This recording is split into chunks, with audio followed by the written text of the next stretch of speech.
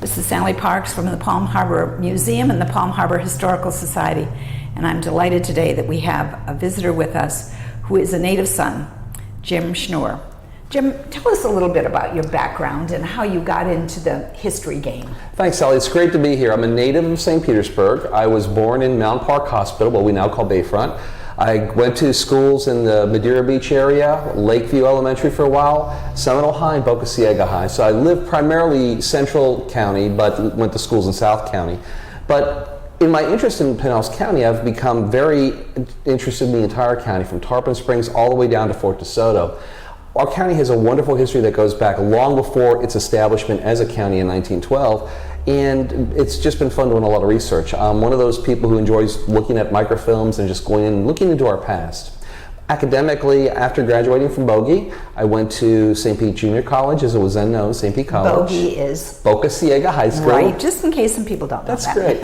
And after graduating from Bogey, and I went to University of Tampa, earned an AA there, and St. Pete Junior College, now St. Pete College, earned an AA. Decided to stay in the Tampa Bay area, went to USF, earned my bachelor's in history and master's in history and library science. Worked as a public librarian. My first professional job as a librarian was actually at the Tarpon Library just after the new building opened in 1997. So I came just as they moved from Craig Park over to Lemon Street. Yeah, on Lemon Street. Then I worked at Gulf Beach's library in Madeira, which is my childhood library, and I've worked at Eckerd and also at USF St. Petersburg. That's where I currently am. My current job is I am the archivist and special collections librarian at USF, and what that entails, Sally, is getting old documents, preserving items, preserving the institutional history of USF, doing oral histories within the community, and just making sure that we had the voices of our county preserved. And how delightful that we're doing an oral history or a video history of you, because you are such a resource for us in this community. Thank you. And besides that, you've written several books. Tell us about the books that you've written. In 2011, my first book came out, which was A History of Largo, and did that to help the Pinellas County Historical Society. The next year I had a county coffee table history that coincided with the centennial of Pinellas County. Maybe you want to hold that one up so people can see it. That's a paperback which would be copy. Historic Pinellas County. And the purpose of this was also to support Heritage Village, which is a place that I have a very strong affinity for. Last year, I had a book come out that was the history of St. Petersburg, and in 2013, a book on Madeira Beach. So I'm working my way through the county. At some point, I'll get over to Bel Air Shore probably and write their history. The other thing I've done is, since the little tiny Bel Air Shore will have a whole history. Maybe one of these years we'll get to that. How cool is that? You know, one of the things that I've done, though, in addition to writing history and researching and talking a lot about our history, is for many years I've been involved as president and an officer in the Pinellas County Historical Society. There are many historical societies in our county, from Pinellas Park to St. Petersburg to Tarpon, and of course Palm Harbor, that represents North Pinellas. Pinellas County Historical Society is not the larger organization of all of them. It really has a more focused purpose. It's been around since 1976 to support Heritage Village, which is a campus in the Largo area off of Walsingham Road that preserves all of the county's history. Buildings from Tarpon, buildings from St. Petersburg, from Dunedin. It's a great place because it really enshrines our county's history. Everything from the McMullen Coachman Log Cabin to the Dan McMullen House to Southern Gables, which was floated down off of the bluffs of Clearwater to the village site. That's great to give us that perspective. I think that's very helpful. I just want to tell you a little story, and that is when I founded the Pinellas County Arts Council, Ken Ford was working beside me in the basement getting started on the Pinellas Historical Society and Museum. That's amazing. And we were partners in crime, if you will. Because Ken was very involved in getting the collections Ralph Reed had started out of the old basement of the courthouse as you were working with the Arts Council. And again, getting those materials to that campus was wonderful because it allowed for things to grow and allowed for the campus to develop. Our biggest worry about being in that basement site was that the wells of the windows would fill with water when there was a rainstorm, and we had to, remove furniture and artifacts all around, and our crew would go in and help them to move it around because it was not an ideal situation. No. Fortunately, we're in a better situation now. And the nice thing is that over the past 35, 40 years, Heritage Village has grown, and they've grown responsibly. Their campus is a certain size, so they can't take every structure. But the nice thing is a lot of the structures that Ken, that Ellen, that others have brought in along the way, that the Historical Society has supported, they tell the story of the entire county. We really have done a great job of telling not just central Pinellas County history, but north and also St. Pete. And the most current one being on fishing and the boathouses. And the boathouses, and again, we're gonna be looking at a lot of the history of Dunedin in the near future with the whole history that's coming together there, and the structure of the Turner House that recently moved last year. The nice thing is that when the houses come, a lot of times they come with great stories, but the Turner House actually came with lots of artifacts that are of local origin from the Turner sisters, things that are related to Clearwater history, St. Pete history, and so we can tell that story with the actual materials. If you go into Southern Gables, there are a lot of historical period pieces, but they're not original to that house. In this case, we actually have that too. It's a great time to be in Pinellas County. And a lot of wonderful things are happening, not just there, but also throughout the county. Right. So, Jim, when we talk about Pinellas County, I want to start in kind of a macro view and then go down to some micro views. Okay. So, how did Pinellas County first get developed? What was kind of the maybe points of interest that brought people into this county for whatever reason? Well, really, the first people who were here were the native populations who were here before the 1500s. A lot of people don't realize that Pinellas Peninsula, before it was officially a county, has a history that goes back, a documented history of exploration that goes back to one of the earliest explorations in the history of the Western Hemisphere. When you look at Juan Ponce de Leon, he arrives on the east coast of Florida in the 1513, but the second major conquistador who comes is the Narvaez expedition, Pamphilo de Narvaez, in 1528. He comes down by Boca Ciega Bay, and in 1539 De Soto comes through this area. By 1566 or so, up in the Safety Harbor area, there's a Spanish mission that's established. The native populations die out largely because of smallpox, but really from the 16 and 1700s, the story of Pinellas Peninsula is a story of unpopulation, depopulation. But after 1842, with the Armed Occupation Act, which came after the Second Seminole War, there were 3 Seminole Wars. The second one began in 1835, actually because some troops were leaving from what is now Tampa to go to Ocala. Major Francis stayed. A massacre occurred. At the end of that war, the United States government says we need to get people into the peninsula of Florida. The Armed Occupation Act of 1842 is what allowed the McMullins, the Booths, and a lot of other people to start getting land here, clear title to land. And they were homesteading? They were homesteading. Some of them were squatting before that. They were homesteading, so that helped a little bit. But we have to put it in perspective. In the year 1860, the United States Census of what is now the Pinellas Peninsula, then part of Hillsborough County, under 200 people. Wow. 200 people on this entire peninsula.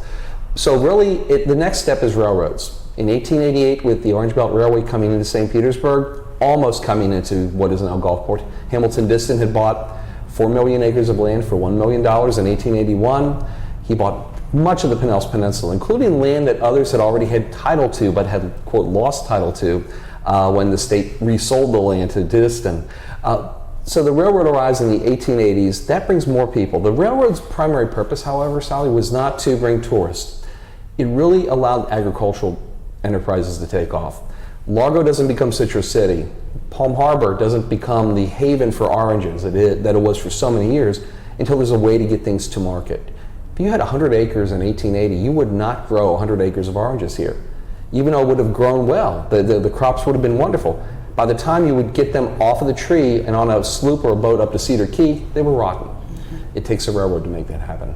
So before tourists start coming down on the rails, it's really agriculture leaving here. And then it's a two-way street. And really, when you get to the point where Pinellas gains its independence in 1912 and separates from Hillsborough County, it took an act of the legislature. When that takes place, the vote that the population had here was to separate after the legislature said in 1911, you can vote for your independence if you so choose.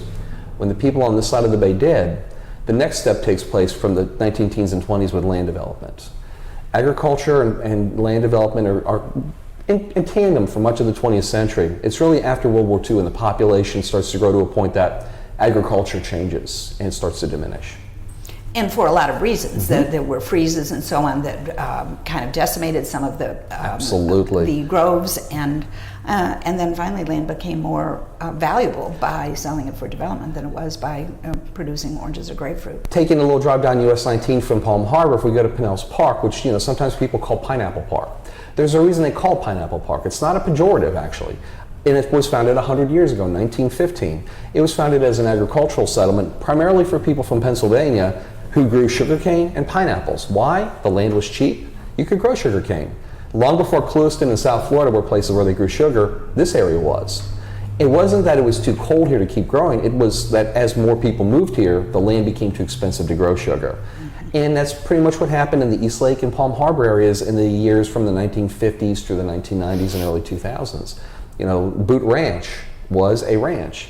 And a lot of people from the East Lake area who remember the Boot before it was put where it is at the shopping center, when it was out there as an aerial landmark of all things. Some people don't remember that the reason Boot Ranch was actually started was because of human settlement. Before Boot Ranch existed, people had the open range. Jay Starkey and the others were using what is now US 19 and Bel Air and all these roads to ford their cattle and herd their cattle. When more and more people moved into Dunedin and the western side of North Pinellas, they couldn't do that anymore. When the legislature closes a range, Boot Ranch comes after that as a way to allow all those people who had cows freely roaming throughout Pinellas County to put them in one place. So the irony that a lot of people see Boot Ranch as being this remote place, it was actually put together because of the human settlement everywhere else. Pinellas has had an amazing history. Tell me a little bit about, we've talked about the farming or agricultural part of the agrarian piece of Pinellas County, and certainly the ranching. Let's talk a little bit about what I see around the world, which is that everything develops on a waterfront somehow or for some reason. And for a lot of different reasons, I think, in communities. How about talk about this area? Well, you know, they've often said that if you look at the population of Florida today, the majority, 80-85% of the population lives within an hour's drive of either the Gulf or the Atlantic, because people come here for water. You can drive through Central Polk County, Highlands County, and you'll see a lot of green still. And agriculture is still an important part of our state. Pinellas was a place where people came for water, but people didn't go here to go to the beach 120 years ago because of the black clouds and mosquitoes. When you think of the pioneer families, the McMullins, some of the others who lived along the water, like the Mears family in the Oakhurst area of Seminole, they didn't enjoy the water, except for the fishing that they would do, but they would try to stay to higher land. If you go to the area around Seminole and Largo, there are some higher elevations along what is called Ridge Road. That's where they would live. They didn't want to live close to the waterfront because the mosquitoes were so bad. Plus, a lot of the islands didn't have potable or drinkable water, so it was a very difficult existence. It's really not until the mid-20th century, the 30s and 40s, that you see two things happening that make the beaches open up.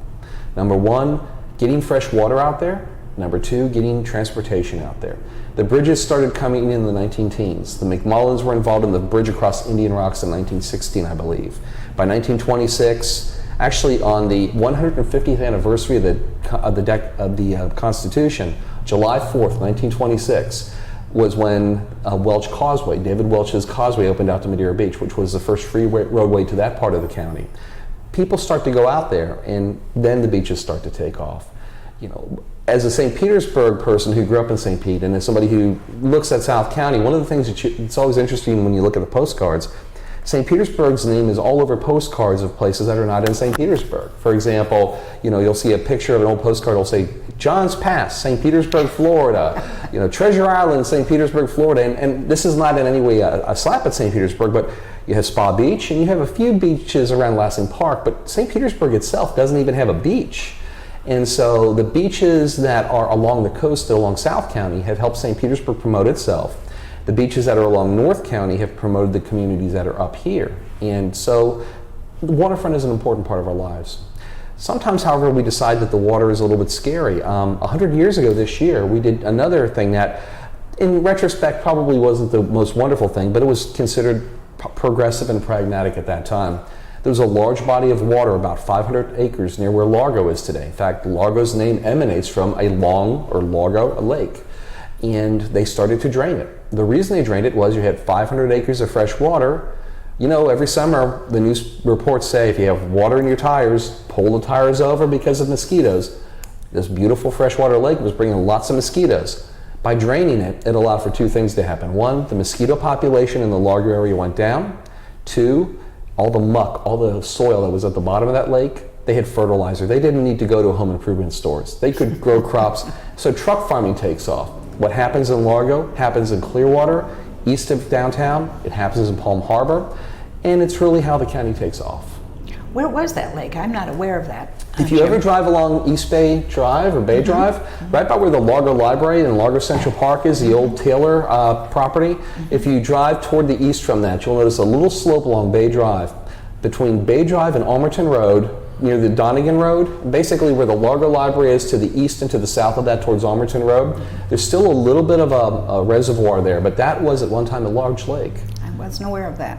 And it's amazing. There are a lot of freshwater lakes that we've drained over the years, sometimes for utilitarian purposes, sometimes because of development, sometimes because of mosquitoes.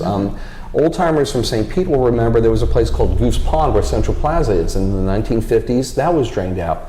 There were a lot of similar places up here in North County as well. Around the Palm Harbor area to the east of US 19, there were some areas as well. And again, a lot of it was flood control as well. If you buy a home, you don't want your first floor to get wet. So, Jim, you've talked about the waterfront in terms of kind of the tourism side, but let's talk about it from things like commercial fishing and other kinds of things that happen on the waterfront that are actually become industries in their own right.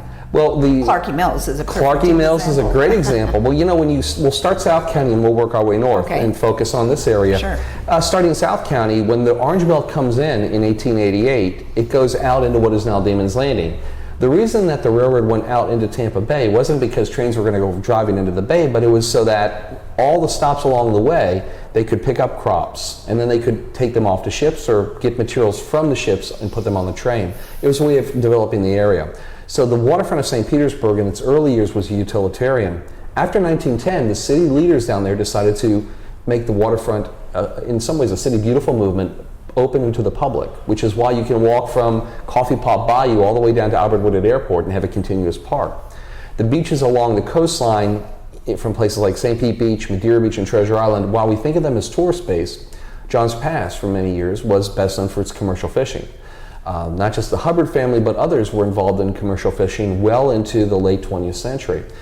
Some of the netting laws changed the dynamics of the fishing in places like that, but it still does continue.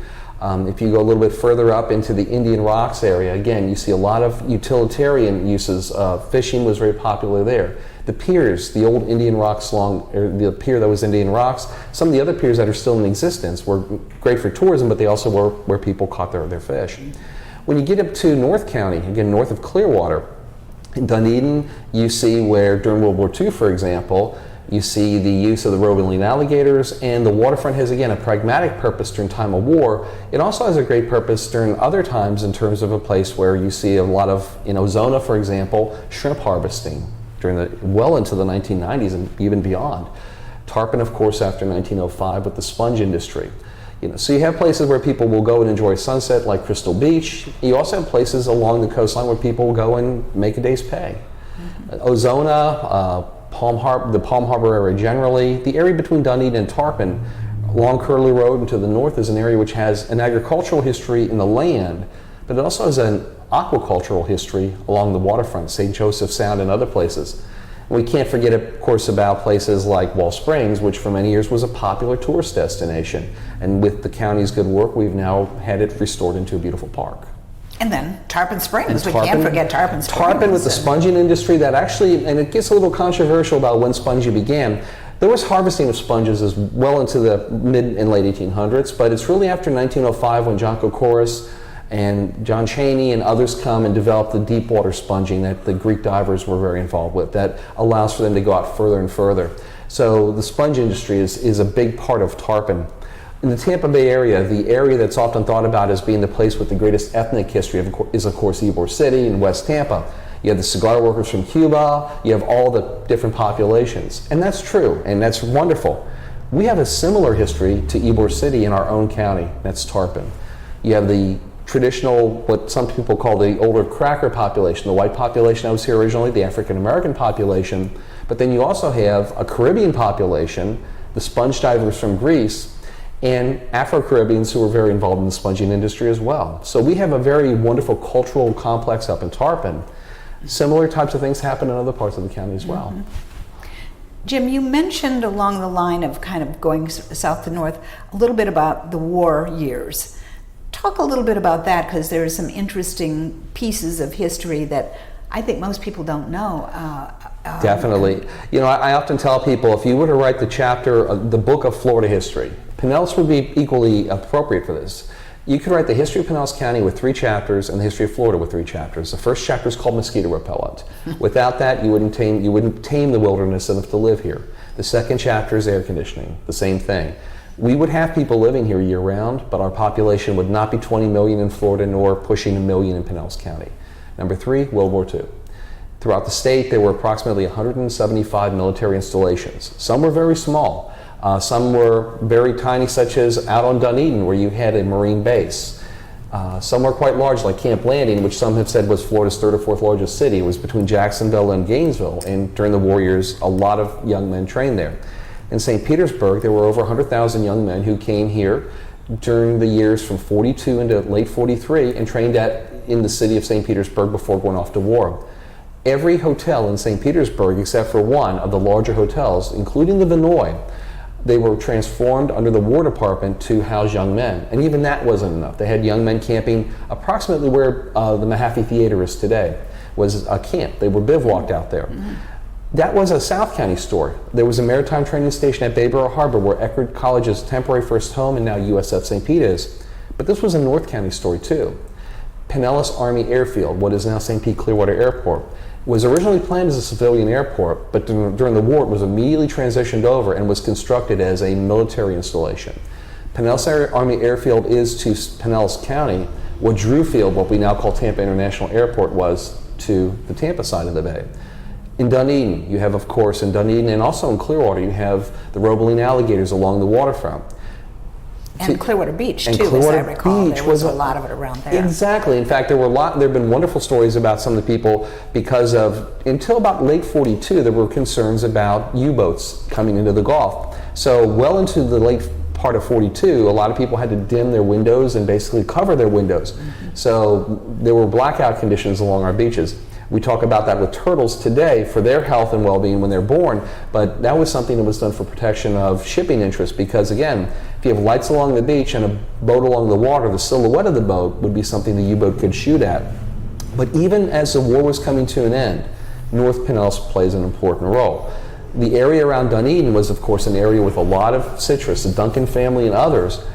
It's really at the years as the war comes to an end, and there are real challenges in Europe with vitamin C deficiency that they're trying to perfect a way of making orange juice concentrate. Pinellas County is going to be an area where a lot of that development takes place. And today we can, I often say to people today, oranges don't come in grocery store shelves. Oranges used to grow on trees. And I'm being a little sarcastic there, but there was a time when something as basic as citrus concentrate was considered a revolutionary thing, and that was in the 1940s. Pinellas Peninsula was a place where a lot of that was perfected. Mm-hmm. Great history here. One of my first times in Florida in the 50s, I still remember the pungent odor of concentrate factories because there had been a freeze. So Yes. They were getting all the oranges to the concentrate factories as quickly as they could, and it was just like, knock you out by the fragrance. And you can occasionally get that when you drive over the bridge into Manatee by the Tropicana plant, but yeah, right. It's something that you would find all up and down the peninsula, and you have the citrus industry really taking off here. Central County, of course, Largo is known as Citrus City, the Seminole Largo area. Palm Harbor really is, in many ways, a fruit bowl for the area, especially the area around what is now Lake Tarpon. It was called Lake Butler until the late 40s. That whole area was nothing but citrus, and it was a great place to harvest. Again, some people who've been very tied to this community, such as Charlie and Winona Jones and others, they remember those days as in a first-hand way. Mm-hmm. That's true. Jim, if you don't mind just kind of taking a snapshot back into maybe around 1912, when Pinellas County was first became a county, its own county, mm-hmm. To maybe 1925, give me a sense of what life was like. What was entertainment? What was transportation at that time? Obviously you've told a lot about what probably the work was, mostly agrarian or something related to the fishing industry or boat building or whatever. Mm-hmm. But give me a little bit of sense of what life must have been like. Well, it would really depend upon what part of the county we're talking about. If we're looking at South County in St. Petersburg, we have to remember, was a small city, a very small city. But it was the largest city in the county. Of course, the immediate aftermath of 1912 was the battle over the courthouse. And you've got to tell that story. Well, there are variations of the story, but again, one of the things that had to happen was wherever the courthouse was consecrated and established would be the county seat. Under Florida law, when that occurred, it would be the county seat for a period of at least 20 or 25 years. So there was a battle that took place, and people in Clearwater started to build their courthouse. The first courthouse was a relatively simple wooden structure, and there are variations of the story about either having armed guards and people holding fires and torches all night, looking for people coming up from St. Petersburg to attempt to burn down the courthouse. Right. Thank goodness US 19 was as crazy then as it is now. Actually, it was a good story because when Clearwater became our county seat, for geographical purposes, it made a lot of sense. Clearwater is in a central part of the county. I know that it's a challenge because as a lifelong resident of this county, as somebody who grew up in the central area, a little south of the central area, and who lived primarily and grew up and went to St. Petersburg schools, there are many of my friends good friends and colleagues who live in South County, and to tell them to go north of 54th Avenue or Arlington Road is like talking about the Berlin Wall during the Cold War. Oh, Tarpon Springs is in Pinellas County. Really? I thought that was in Pasco or something. And it's a real challenge. And I know that there are some folks in North County who don't get down to St. Petersburg as well. But we have a very long, elongated county, but we have a lot of similarities. So St. Petersburg, though it was the largest city, was still a largely agricultural city in 1912. The area around Clearwater, North County, was largely agricultural. What really changes is about 1914, you see one of the first big moves that takes place. He was a mayor of St. Petersburg for a while. He was a man who was, his previous background was he was a saltwater taffy salesperson. Noel Mitchell. Noel Mitchell gets into St. Petersburg in the early 20th century, goes real estate crazy. He later decides he's going to buy and invest in some land. He buys most of what is now Madeira Beach, south of about where the Church by the Sea is, south of about 137th Circle down toward Johns Pass for under $1,000. It was amazing. This is 101 years ago. This is not 1,000 years ago. But he then decides he's going to turn it into what he called Mitchell's Beach.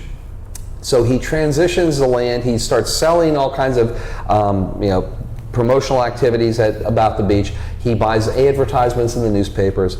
And the reason he's able to do this is because the streetcar line had just made it out to the jungle. Conceivably, you could get on a streetcar in downtown St. Petersburg, take it up to Central Avenue, curve up where Park Street is, past where Admiral Farragut is today, to right about 18th or 19th Avenue North, where the jungle is, and then take a boat over to the Johns Pass area. The problem he had was that he was trying to play in Miami Beach without fresh water out there. Didn't work.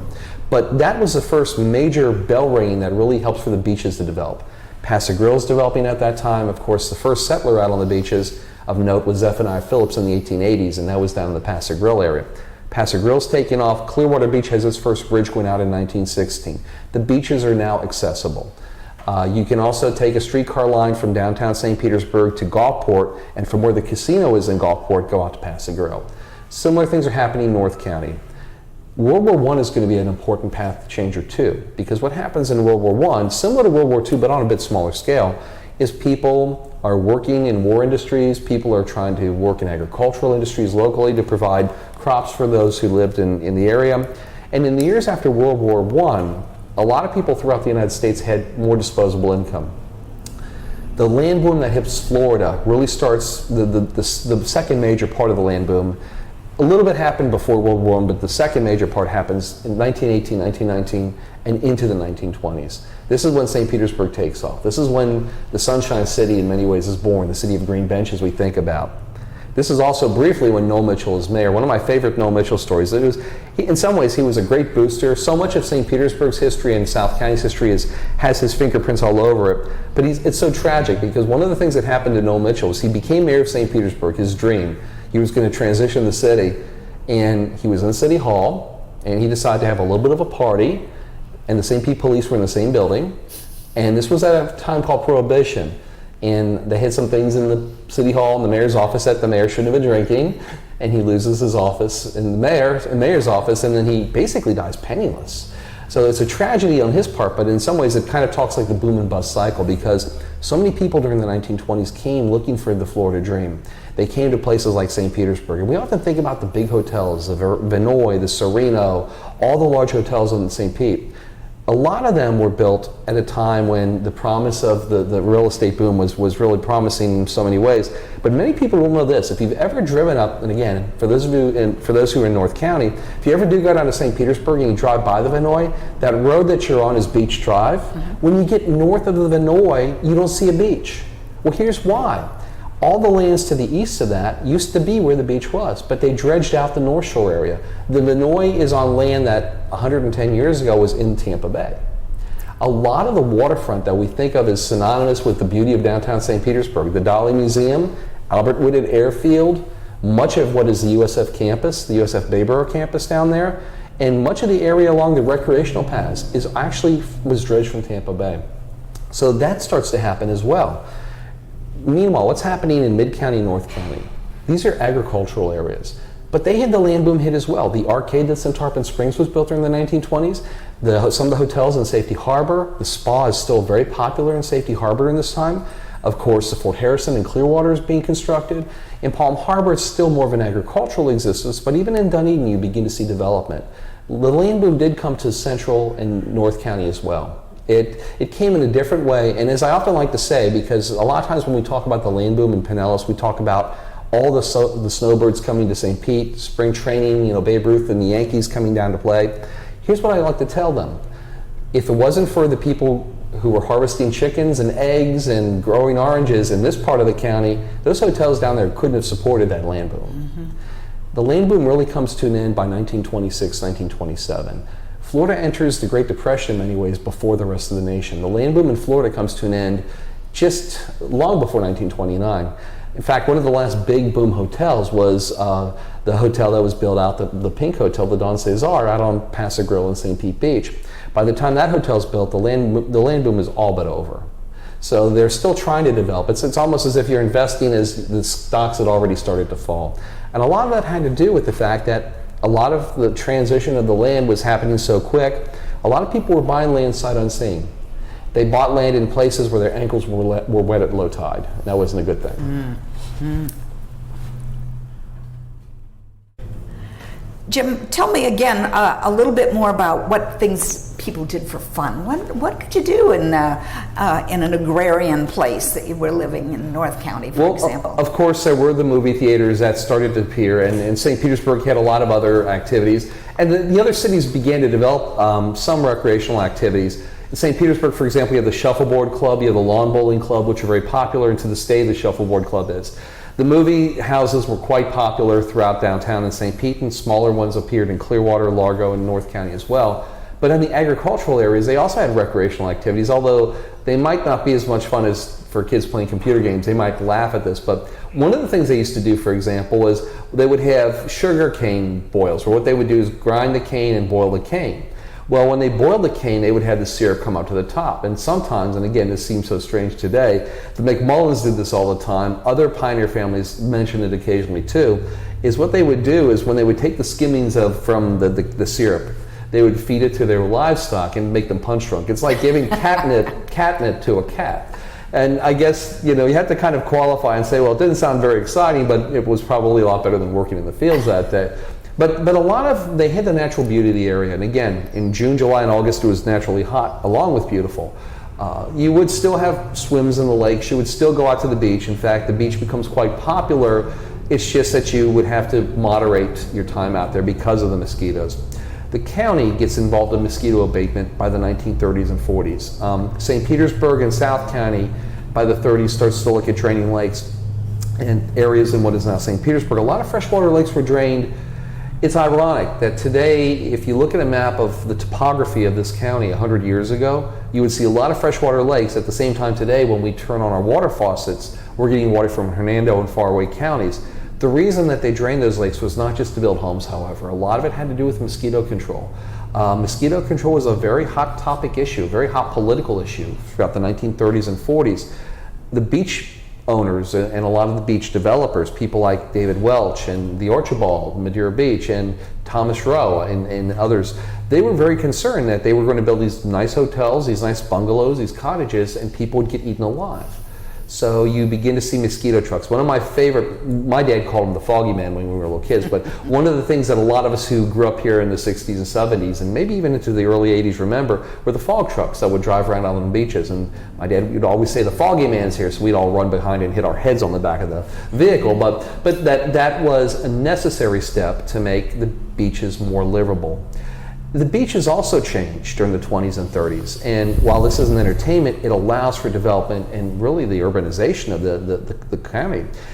The finger islands are dredged beginning in the 20s and 30s, and you begin to see that not only along the Gulf beaches, but also in St. Petersburg. Venetian Islands, Snow Isle is carved out and perfected from its original development. As I like to tell people, if you drive along Treasure Island and you see an island just wide enough for a house on either side and a road in the middle, it wasn't like that originally.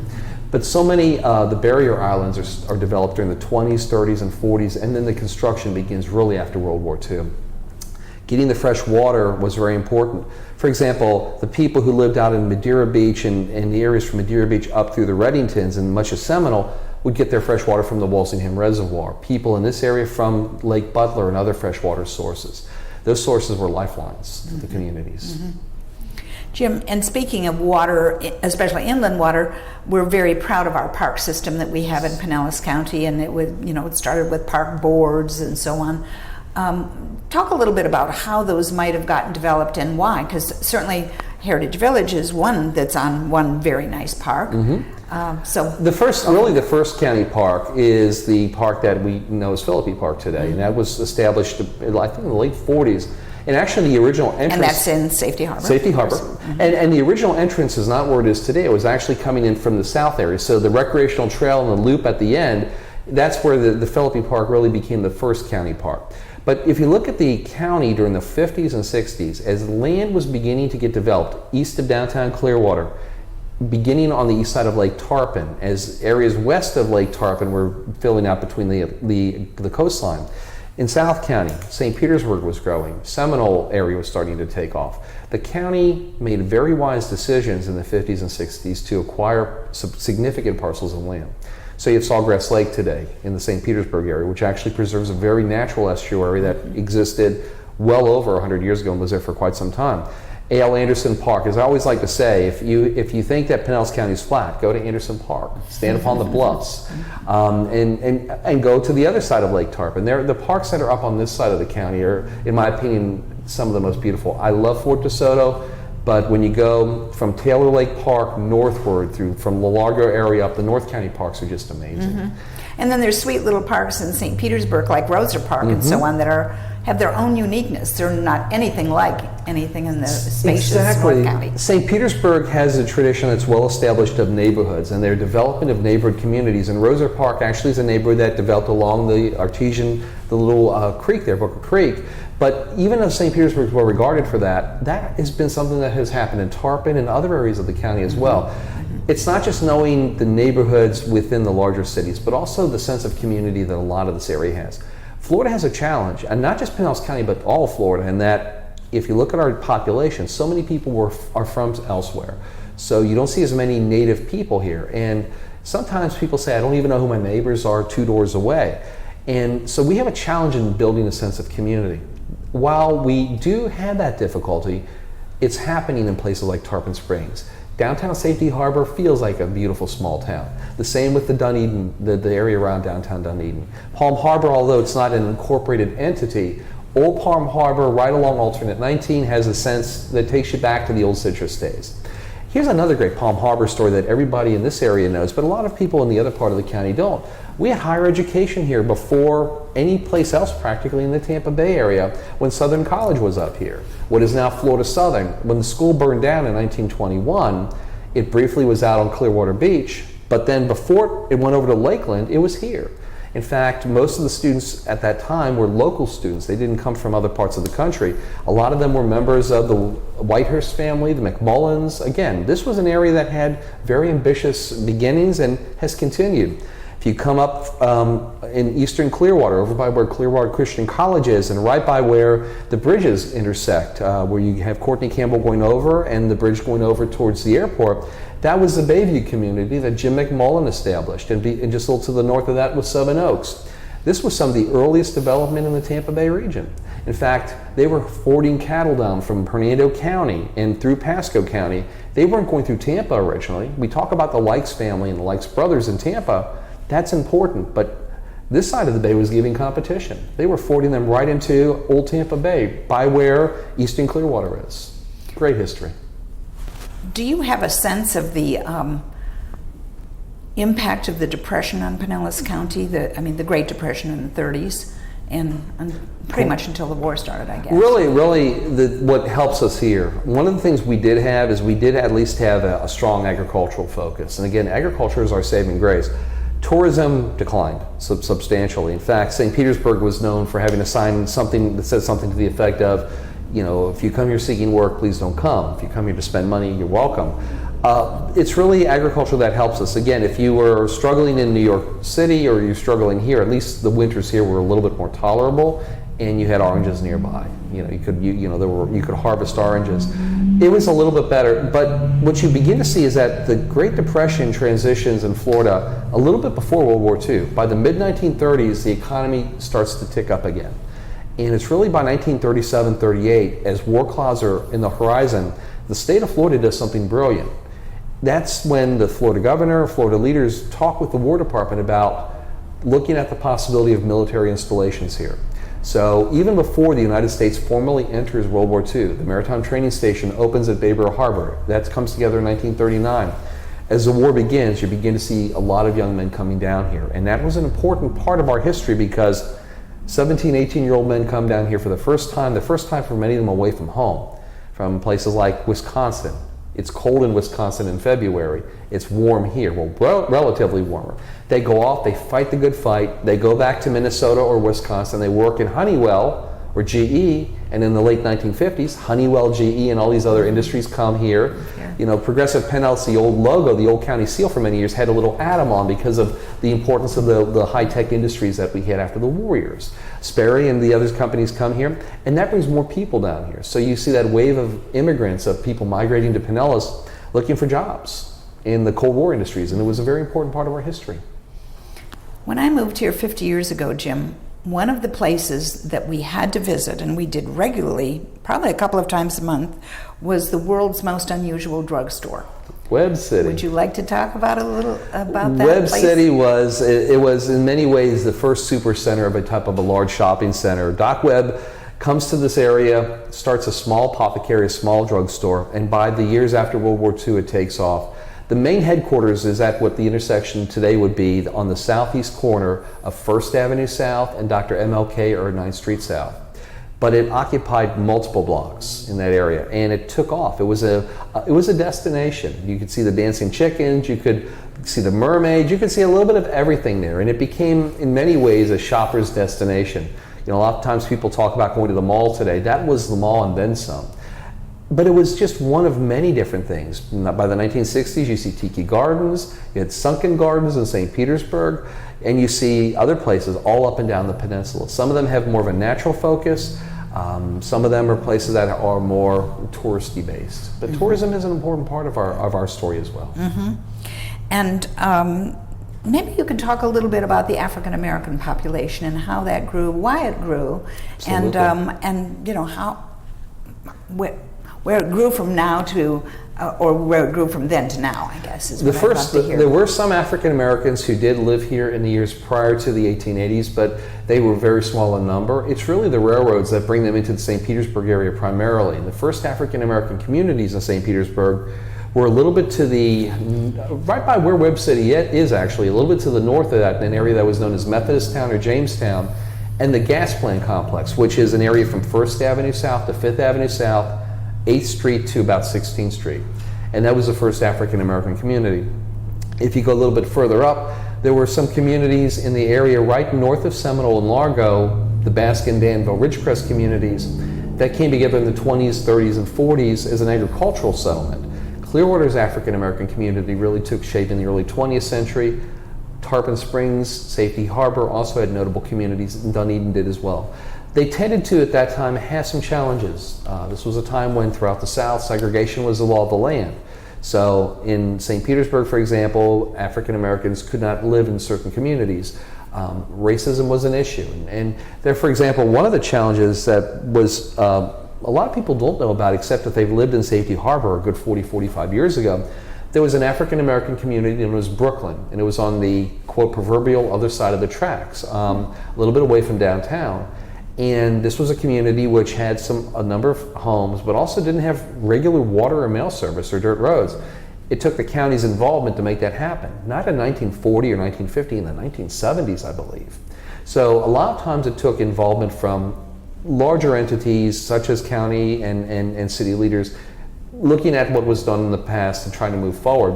1993 or 1994, there was a tornado that came through the Ridgecrest area south of Largo and really brought a lot of attention. And I was at Heritage Village at the time, and one of the things we did was we worked with some of the leaders there to promote oral histories of the people who lived in that area.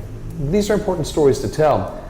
But today, for example, in Clearwater, you see a large Hispanic population. Many are of Mexican origin, but from other cultures as well. In the 1970s, Southeast Asians began to come into St. Petersburg. There's a large Laotian and Vietnamese community in St. Pete. So we're a community that really is a very broadly culturally developed area. Jim, you are just such a resource of information. I think we could talk all day. So I want you to finish this sentence. Jim Shnur is somebody who enjoys learning about our history and sharing our history with the rest of the folks here. And do you have a philosophy about your own life or about the life of a historian? I think the most important thing all of us can do is really try to promote our past and understand our past. I know a lot of people think of history as something that they had to survive in high school, and sometimes it wasn't always a good experience. But history is something that really is one of the glues that brings us together. Family life, our connections with other institutions that we have, whether they be religious or social or civic. But history is a fabric that really allows us to connect with ourselves and our generations, whether it's the genealogists who look at their ancestral roots, or whether it's people who drive along US 19 and say, has it always been this way? No, it hasn't. And we can tell them why. You are a young person who has a wonderful perspective on history. Thank you for that. Thank you for being with us today. Jim Shnur.